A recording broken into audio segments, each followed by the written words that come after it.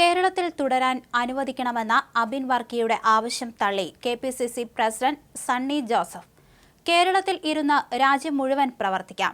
K C. Venugopal കേരളത്തിലും കേന്ദ്രത്തിലുമുണ്ട് എന്നാണ് സണ്ണി ജോസഫ് പ്രതികരിച്ചത്. അബിൻ വർക്കിയുടെ പ്രതികരണം കണ്ടിട്ടില്ലെന്നും സണ്ണി ജോസഫ് വ്യക്തമാക്കി.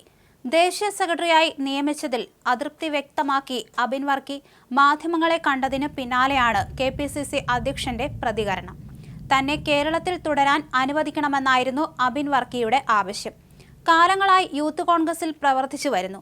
പാർട്ടിയെ പ്രതിസന്ധിയിലാക്കില്ലെന്നും കേരളത്തിൽ തുടരാൻ അനുവദിക്കണമെന്ന് പാർട്ടിയോട് അഭ്യർത്ഥിക്കുമെന്നും അബിൻ വർക്കി പറഞ്ഞു. അതേസമയം യൂത്ത് കോൺഗ്രസ് ദേശീയ സെക്രട്ടറിയായി അബിൻ വർക്കിയെ നിയമിച്ച തീരുമാനം പുനഃപരിശോധിക്കില്ലെന്ന് യൂത്ത് കോൺഗ്രസ് ദേശീയ അധ്യക്ഷൻ ഉദയഭാനു ചിബ് വ്യക്തമാക്കി. ഇത് സംബന്ധിച്ച് അബിൻ വർക്കിയുടെ പരാതിയൊന്നും ലഭിച്ചിട്ടില്ലെന്നും ഉദയഭാനു ചിബ് മാധ്യമങ്ങളോട് പറഞ്ഞു.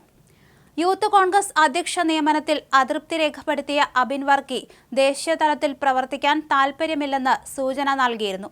കൂടാതെ തെരഞ്ഞെടുപ്പ് അടുത്തിരിക്കുന്ന പശ്ചാത്തലത്തിൽ കേരളത്തിൽ തുടർന്ന് പ്രവർത്തിക്കാൻ അനുവദിക്കണമെന്ന് കേന്ദ്രത്തോട് അഭ്യർത്ഥിച്ചതായും അബിൻ വർക്കി മാധ്യമങ്ങളോട് പറഞ്ഞിരുന്നു.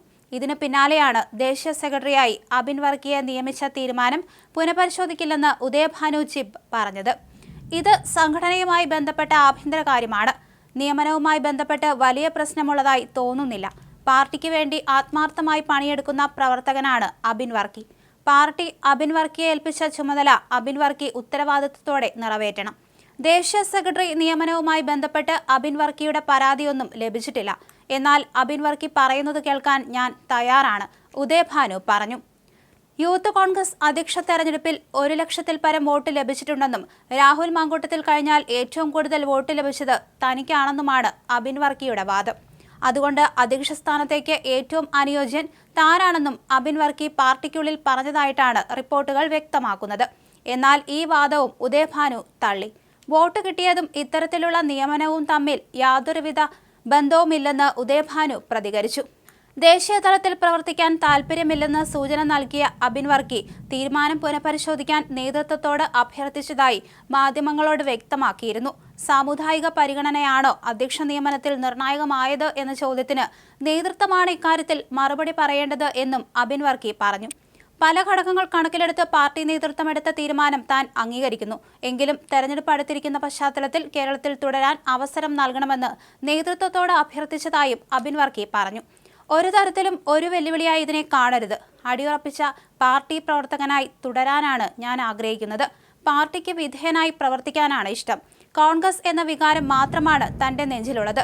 തന്നെ കേരളത്തിൽ തന്നെ തുടരാൻ അനുവദിക്കണമെന്ന് നേതൃത്വത്തോട് അഭ്യർത്ഥിച്ചിട്ടുണ്ട്. സുപ്രധാന സമയത്ത് കേരളത്തിൽ തന്നെ തുടരാനാണ് തന്റെ തീരുമാനമെന്നും അദ്ദേഹം പറഞ്ഞു. വരുന്ന തെരഞ്ഞെടുപ്പുകൾ കോൺഗ്രസിന് സുപ്രധാനമാണ്. അതിനാൽ കേരളത്തിൽ പ്രവർത്തനം തുടരണമെന്നാണ് എന്റെ ആഗ്രഹം. ഈ പ്രഖ്യാപനം വന്നതിന് ശേഷം നേതാക്കളോട് അഭ്യർത്ഥിച്ചിട്ടുണ്ട്. കേരളത്തിൽ തുടരാൻ അവസരം തരണമെന്ന് അഭ്യർത്ഥിച്ചു.